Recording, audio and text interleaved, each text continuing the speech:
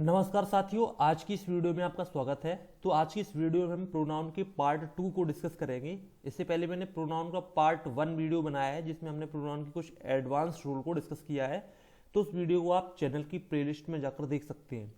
तो आज की वीडियो में चलिए देखते हैं कौन कौन से रूल हैं। तो यहाँ पर ये फर्स्ट रूल दिया गया है, जब विभिन्न पर्सन के प्रोनाउन, पर्सन का मतलब first person, second person, third person, तो ऐसे प्रोनाउन जब एक साथ वाक्य में प्रयुक्त किए जाते हैं तो हम उन्हें सदैव 2, 3, 1 यानी कि सेकेंड, थर्ड और फर्स्ट पर्सन के क्रम में रखते हैं। तो उनका क्रम क्या होगा? पहले सेकेंड पर्सन रखा जाएगा, इसके बाद थर्ड पर्सन रखा जाएगा, इसके बाद फर्स्ट पर्सन रखा जाएगा। तो देखिए यहाँ पर एग्जाम्पल के माध्यम से समझते हैं। Suresh, you and I went to Delhi. तो सुरेश, तुम और मैं दिल्ली गए थे। तो यहाँ पर हम देखते हैं कि सुरेश एक थर्ड पर्सन है और यू सेकेंड पर्सन है और आई फर्स्ट पर्सन है, यानी कि 3, 2, 1 के क्रम में यहाँ पर पर्सन्स के प्रोनाउन को लिखा गया है, जो कि गलत है, इसीलिए यहाँ पर एफ बना हुआ है। तो इसका क्रम सही करके लिखते हैं, you, Suresh and I. You मतलब सेकेंड, सुरेश थर्ड और आई फर्स्ट पर्सन यहाँ पर दिया गया है। वेंट टू दिल्ली, तो ये आपका सही हो जाएगा। तो ये आपका सेंटेंस अब सही हुआ जब हमने 2, 3, 1 यानी सेकेंड, थर्ड और फर्स्ट पर्सन के क्रम में इनको लिखा है। अब यहाँ पर देखिए नोट करके लिखा गया है, परंतु यदि वाक्य में गलती या अपराध स्वीकार करने का भाव व्यक्त होता है तो हम उन प्रोनाउंस को सदैव 1, 2, 3 यानी कि फर्स्ट, सेकेंड और थर्ड के क्रम में लिखते हैं। अब इसी सेंटेंस में क्या है कि जब किसी सेंटेंस जब हम हिंदी में अर्थ लगाते हैं और उससे हमें ये पता चलता है कि जो भी उसमें सब्जेक्ट दिए गए, जो भी प्रोनाउंस दिए गए हैं, वो अपनी कोई गलती स्वीकार कर रहे हैं या कोई अपराध स्वीकार कर रहे हैं, तो उनका जो क्रम है, जो प्रोनाउंस का क्रम है, वो फर्स्ट, सेकंड, थर्ड यानी कि 1, 2, 3 के क्रम में लिखा जाएगा। जैसे कि यहां पर देखिए, यहां पर एक एग्जांपल दिया गया है, यू, ही एंड आई, तुम, वह और मैं, are responsible for the mistake, गलती के लिए जिम्मेदार हैं। तो यहां पर क्या है कि 2, 3, 1 का रूल दिया गया है, जो कि जनरली तो सही है, लेकिन इस वाक्य में कोई गलती को माना जा रहा है। ठीक है, रिस्पॉन्सिबल मतलब जिम्मेदार ठहराना कोई गलती के लिए, और जब भी कोई गलती या अपराध को स्वीकार किया जाता है तो क्रम बदल देते हैं। तो अब यहां पर देखिए सही करके वाक्य लिखा गया है, आई, यू एंड ही। आई मतलब first person, you second person और he third person, are responsible for the mistake. तो ये तीनों लोग मिस्टेक के लिए जिम्मेदार हैं। तो अब ये आपका टी बना है, यानी अब ये आपका सही है, क्योंकि यहां पर जो प्रोनाउंस का पर्सन है वो क्रम चेंज करके लिखा गया है। राइट, चलिए आगे देखते हैं। यहां पर यदि वाक्य में विभिन्न पर्सन के प्रोनाउन मतलब फर्स्ट पर्सन, सेकेंड पर्सन या फिर थर्ड पर्सन, इन सब का प्रयोग हुआ हो और हमें उन सबके लिए एक उभयनिष्ठ यानी कि कॉमन प्रोनाउन का प्रयोग करना हो, तो हम सदैव फर्स्ट पर्सन के प्लूरल नंबर के प्रोनाउन अर्थात वी का प्रयोग करते हैं। तो जब भी third person, second person, first person, तीनों पर्सन आए हों और उनके लिए कॉमन प्रोनाउन की अगर आवश्यकता पड़ती है किसी सेंटेंस में, तो हम वी के जो भी फॉर्मेट है वो यूज करेंगे, जैसे कि वी, अस, अवर और सेल्स। राइट, चलिए देखिए एग्जाम्पल के माध्यम से समझते हैं। इफ यू, ही एंड आई, यदि तुम, वह और मैं, हेल्प वन अदर, एक दूसरे की अगर मदद करते हैं, they will improve there miserable condition, तो वो अपनी जो दयनीय दशा है उसको सुधार लेंगे। ये हिंदी में अर्थ है। अब यहां पर क्या है कि third person, second person, first person, तीनों पर्सन दिए गए हैं, उनके लिए जो कॉमन प्रोनाउन है वो यहाँ पे गलत है। जैसे कि यहाँ पर हम देखते हैं कि दे का यूज किया गया है, देयर का यूज किया गया है, वो गलत है। दे, देयर का यूज इन तीनों प्रोनाउन के लिए करना गलत है। सही क्या होगा? वी का हम यूज करेंगे। तो क्या होगा? If you, he and I help one other, we shall improve. अब देखिए दे की जगह पे क्या लिखा है? वी, ये चेंज किया गया है, वी शैल इंप्रूव। अब देयर की जगह पे अवर, क्योंकि वी का पॉजेसिव केस अवर। ठीक है, तो we shall improve our miserable condition. तो इस रूल को आप ध्यान रखेंगे कि जब भी कोई कॉमन प्रोनाउन की जरूरत पड़ेगी, यानी कि उस प्रोनाउन के माध्यम से हम तीनों सब्जेक्ट की बात करें, तो वो प्रोनाउन आपका वी का कोई भी रूप होगा। वी होगा, अस होगा, अवर होगा या और सेल्फ होगा। राइट, चलिए आगे देखते हैं। यहां पर नेक्स्ट यहां पर रूल दिया गया है, जब विभिन्न जेंडर के नाउन को कंजंक्शन के माध्यम से जोड़ा जाता है। विभिन्न जेंडर यानी कि मैस्कुलिन जेंडर, फेमिनिन जेंडर, तो कंजंक्शन के बाद में आने वाले नाउन की जेंडर के अनुसार हम प्रोनाउन का प्रयोग करेंगे। यानी कि किसी सेंटेंस में अगर मैस्कुलिन जेंडर भी है और फेमिनिन जेंडर भी है, तो हम उसके लिए प्रोनाउन किस जेंडर का लगाएंगे। तो रूल क्या है कि कंजंक्शन के बाद में आने वाला जो नाउन होगा उसके जेंडर के अनुसार हम प्रोनाउन का यूज करेंगे। जैसे कि यहां पर देखिए दिया गया है एवरी बॉय एंड गर्ल। अब देखिए बॉय भी यहां पर दिया गया है और गर्ल भी दिया गया है, दोनों अलग अलग जेंडर दिए गए हैं। तो every boy and girl want to their house या हिज हाउस, ये फॉल्स दिया गया है। फॉल्स मतलब ये गलत है। क्यों गलत है? क्योंकि देयर हाउस भी अगर हम लिखेंगे तो गलत हो गया, क्योंकि देयर प्रोनाउन यहाँ पे गलत होगा, और हिज हाउस भी गलत होगा। तो क्या होगा सही? Every boy and girl went to her house. Her house क्यों होगा? क्योंकि एंड कंजंक्शन के माध्यम से हम यहाँ देखते हैं कि बॉय और गर्ल दो यहाँ पे जेंडर दिए गए हैं, लेकिन रूल क्या कहता है? रूल कहता है कि बाद में आने वाला जो नाउन या प्रोनाउन है, जैसे कि यहाँ पे गर्ल का यूज किया गया है, तो इसके अकॉर्डिंग हम प्रोनाउन हर लगाएंगे। ठीक है, देयर, हिज या कोई अदर प्रोनाउन का यूज नहीं करेंगे। जैसे एक और यहाँ पर एग्जाम्पल दिया गया है, each woman and every man, प्रत्येक महिला और प्रत्येक पुरुष is responsible for his future, वो अपने भविष्य के लिए जिम्मेदार है। अब देखिए यहां पर भी एंड कंजंक्शन के माध्यम से वुमन यानी कि फेमिन और एवरी मैन यानी कि मैस्कुलिन जेंडर जोड़े गए हैं। तो ऐसी कंडीशन में हम बाद वाले नाउन या प्रोनाउन यानी कि मैन जो कि मैस्कुलिन है उसके अकॉर्डिंग प्रोनाउन का इस सेंटेंस में यूज करेंगे। तो मैन के according is responsible for his future, तो हिज यहाँ पर सही दिया गया है, यानी कि ये ट्रू सेंटेंस है। अगर यहाँ पर हम हर या देयर का प्रयोग करते तो वो गलत हो जाता। राइट, तो आई होप आपको ये रूल समझ में आया होगा। आगे देखते हैं, यदि किसी वाक्य में पर्सनल प्रोनाउन का प्रयोग क्रिया टू बी के कॉम्प्लीमेंट के रूप में किया जाता है तो वे सदैव सब्जेक्टिव केस में रखे जाते हैं। यानी टू बी के बाद जो भी केस लगेगा प्रोनाउन का वो सब्जेक्टिव केस होगा। जैसे इट इज यू, ठीक है, इट इज, इज क्या है कि एक बी क्रिया होती है, बी क्रिया के फॉर्म होते हैं is, am, are, was, verb, been, being.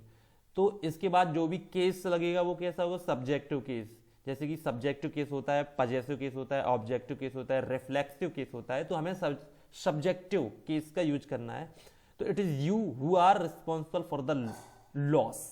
ठीक है, तो इसमें आपको ध्यान रखना है कि it is you who are responsible for the loss, कि वो तुम हो जो कि लॉस के लिए जिम्मेदार हो। तो ये बिल्कुल सही है, क्योंकि यू किस केस में है? सब्जेक्टिव केस में। तो एक और एग्जाम्पल देखते हैं, it is me who has called you here, वो मैं ही हूं जिसने आपको यहां पे बुलाया है। तो अब यहां पे गलत हो गया, इट इज के बाद यहां पे आपका क्या हो जाएगा? आई होगा। It is I who has called you here. ठीक है, अब यहां पर ही आप ध्यान रखेंगे कि इट इज यानी ये भी टू बी कॉम्प्लीमेंट के रूप में यूज किया जाता है, तो यहां पे सब्जेक्टिव केस लगेगा। तो it is I who have called you here, तो इट इज आई का यूज करेंगे, आई के हिसाब से यहाँ पे हेल्पिंग वर्ब हैव लग जाएगी। तो it is I who have called you here. तो जब भी इट के बाद कोई भी बी क्रिया का रूप लगता है, इट वॉज या इट वर या फिर इट इज, एम, आर, तो उसके बाद जो भी प्रोनाउन लगेगा वो सब्जेक्टिव केस में होगा। राइट, चलिए आगे यहां पर नेक्स्ट रूल देखते हैं। लेट से आरंभ होने वाली वाक्यों में सदैव प्रोनाउन को ऑब्जेक्टिव केस में ही रखना चाहिए। जब भी लेट से कोई सेंटेंस स्टार्ट होगा उसके बाद सब्जेक्टिव केस नहीं लगेगा, ऑब्जेक्टिव केस लगेगा। जैसे इट इज आई या let I do my work peacefully, मुझे अपना काम पीसफुली करने दो, शांतिपूर्वक करने दो। तो लेट आई डू नहीं होगा, लेट मी डू होगा, let me do my work peacefully. एक और एग्जाम्पल देखिए, let you and me finish the work, चलिए मुझे और आपको ये काम फिनिश करने दो। तो यहाँ पे ये सही है, यू ऑब्जेक्टिव केस में भी यू ही होता है और आई का ऑब्जेक्टिव केस मी होता है। एक और देखिए, लेट मी फिनिश, मुझे खत्म करने दो।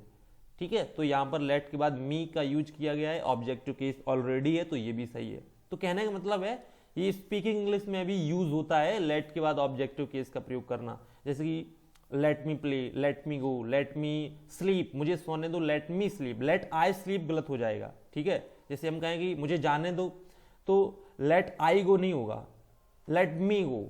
ठीक है, जैसे किसी लड़की से कहना है कि उसे पढ़ने दो, तो लेट सी रीड नहीं होगा, लेट हर रीड होगा। राइट, तो ये स्पीकिंग इंग्लिश का भी रूल है, वो आप ध्यान रखिएगा कि लेट के बाद हमें किसका यूज करना है? ऑब्जेक्टिव केस का यूज करना है। राइट, चलिए आगे देखते हैं। इंडेफिनिट प्रोनाउन वन के लिए देखिए, प्रोनाउन के कई प्रकार होते हैं, उनमें से एक इंडेफिनिट प्रोनाउन है वन। ठीक है, वन मतलब कोई एक। तो वन के लिए सब्जेक्टिव तथा ऑब्जेक्टिव केस में वन, यानी कि सब्जेक्टिव केस और ऑब्जेक्टिव केस जब भी यूज होगा तो उसके लिए वन ही यूज होगा। लेकिन पजेसिव केस में वंस और रिफ्लेक्सिव केस में वन सेल्फ का प्रयोग किया जाना चाहिए। इनके लिए अगर हम ही, हिम, हिमसेल्फ, हरसेल्फ ये सब लगाते हैं तो वाक्य अशुद्ध हो जाता है। जैसे एग्जाम्पल देखते हैं, one should work hard so that he may fulfil dream. अब इसका अर्थ तो पूरा पूरा समझ में आ रहा है कि किसी भी व्यक्ति को कठिन परिश्रम करना चाहिए जिससे कि वो अपने सपने को पूरा कर सके। लेकिन गलती क्या है कि वन यहाँ पर कोई एक व्यक्ति की बात की जा रही है, किसी भी पर्टिकुलर व्यक्ति की बात की जा रही है, तो वन यहाँ पर सब्जेक्ट है जो कि इंडेफिनिट प्रोनाउन है। तो one should work hard so that he may fulfil his dream गलत हो जाएगा, क्योंकि वन का ही हमें प्रोनाउन यूज करना है, वन सेल्फ या फिर वन या वंस। तो यहाँ पे सही करके क्या लिखा गया है, one should work hard so that. अब ही की जगह पे फिर से वन ही लिखा है, क्योंकि वन का प्रोनाउन में सब्जेक्टिव केस वन ही रहता है। तो so that one may fulfil one's dream, his dream नहीं होगा, वंस ड्रीम होगा, क्योंकि वन का ऑलरेडी केस होती है, वन की सब्जेक्टिव केस, पजेसिव केस। तो हमें ही, हिम, हिज ये सब नहीं लगाना है, वन के ही सभी फॉर्मेट लगाने हैं। तो one may fulfil one's dream, ये सही होगा, राइट। चलिए एक और देखते हैं, one should always try his best to do his work himself, यानी कि किसी भी व्यक्ति को अपना सर्वश्रेष्ठ प्रदर्शन या प्रयास करना चाहिए जिससे कि वो अपना काम खुद कर सके, राइट। तो यहां पर भी देखिए गलती है, one should always try his best नहीं होगा, टू डू हिज वर्क नहीं होगा और ना ही हिमसेल्फ होगा, क्योंकि हमें वन के सारे केस यूज करने हैं। तो ये सही क्या होगा, one should always try one's best, his best की बजाय one's best, to do one's work, फिर से हिज की जगह पे वंस वर्क, ठीक है, क्योंकि हिज यहाँ पे ही का पजेसिव केस है, लेकिन हमें वन का पजेसिव केस वंस यूज करना है, वंस वर्क, और हिमसेल्फ की जगह पे वन सेल्फ, ठीक है। तो इस रूल का सार यही है कि हमें अगर सब्जेक्ट के रूप में वन का प्रयोग किया गया है, वन मतलब कोई एक व्यक्ति, तो उसके प्रोनाउन जितने भी यूज होंगे वो सारे के सारे वन के केस होंगे, वन, वन, वंस या वन सेल्फ, राइट। चलिए आगे देखते हैं, यहाँ पर नेक्स्ट रूल है, जब वाक्य में कंजंक्शन एज तथा देन, देखिए एज और देन के माध्यम से हम तुलना करते हैं, तो कंजंक्शन एज या देन का प्रयोग अगर होता है और तुलना का भाव व्यक्त किया जाता है, तो इन कंजंक्शन के पहले आने वाले प्रोनाउन जिस केस में होते हैं उसके बाद में आने वाले प्रोनाउन भी उसी केस में होते हैं। यानी कि एज और देन के पहले अगर कोई प्रोनाउन जिस केस में लिखा है तो बाद में भी वही केस में लिखा जाएगा। अगर सब्जेक्टिव केस में लिखा है तो बाद में भी सब्जेक्टिव, ऑब्जेक्टिव केस में लिखा है तो बाद में भी ऑब्जेक्टिव। जैसे एग्जाम्पल देखते हैं, I am as stronger as him, मैं उसके जैसा मजबूत हूं, ठीक है। तो अब देखिए एज यहां पर दिया गया है, ठीक है, एज, एज के पहले ये जो प्रोनाउन दिया गया है वो आई दिया गया है, आई आपका सब्जेक्टिव केस है। तो बाद में जो हिम दिया गया है हमें उससे मैंने अपनी तुलना की है कि मैं उसके बराबर मजबूत हूं या बलवान हूं। तो I am as strong as him नहीं होगा, क्या होगा, I am as strong as he. यानी कि ये जो एज आपका कंजंक्शन है उसके पहले हमने अगर सब्जेक्टिव केस लिखा है तो बाद में भी सब्जेक्टिव केस लिखना है, तो ही आपका सब्जेक्टिव केस होगा, तब ये सेंटेंस सही होगा। एक और देखिए, दे प्ले बेटर देन अस, इसका अर्थ हिंदी में क्या है कि वो हमसे अच्छा खेले। जैसे कोई अगर मैच होता है और कोई टीम जीत जाती है तो हारने वाली टीम क्या कहती है कि वो हमसे अच्छा खेले।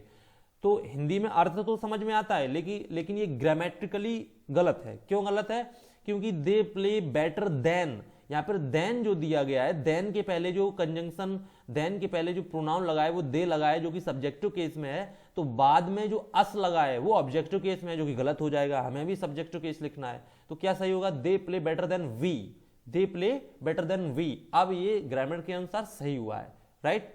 तो ये रूल आपको समझ में आया होगा। आगे देखते हैं, अब उसी रूल का थोड़ा एक्सटेंशन है, यानी कि थोड़ा और देखिए समझिए, परंतु कुछ विशेष परिस्थितियों में वक्ता के सही भाव को व्यक्त करने के लिए हम प्रोनाउन को आवश्यकता अनुसार सब्जेक्टिव और ऑब्जेक्टिव किसी भी केस में रख सकते हैं। यानी कोई कुछ ऐसी सिचुएशन होती है जिसमें हम तुलना करने वाले जो व्यक्ति हैं वो तीन तीन हो जाते हैं, तो ऐसी कंडीशन में हम किसी भी केस में रख सकते हैं। जैसे कि I love her more than him. अब यहां पर क्या है कि I love her more than, अब यहाँ पे मोर देन जो वर्ड दिया गया है उसके पहले दो प्रोनाउन यूज किए गए हैं, हर भी किया गया है और आई भी किया गया है। अब आई सब्जेक्टिव केस है, ठीक है, और हर आपका पजेसिव केस है, तो अलग अलग केस दिए गए हैं। तो उसके बाद हम किसी भी केस का यूज कर सकते हैं, क्योंकि यहाँ पे तीन कंपोनेंट हो गए हैं तुलना करने में, एक आई हो गया है, एक हर हो गया है और एक हिम हो गया है। तो हम किसी भी केस में हम देन के बाद में आने वाला प्रोनाउन रख सकते हैं। जैसे I love her more than him, तो ये भी सही है।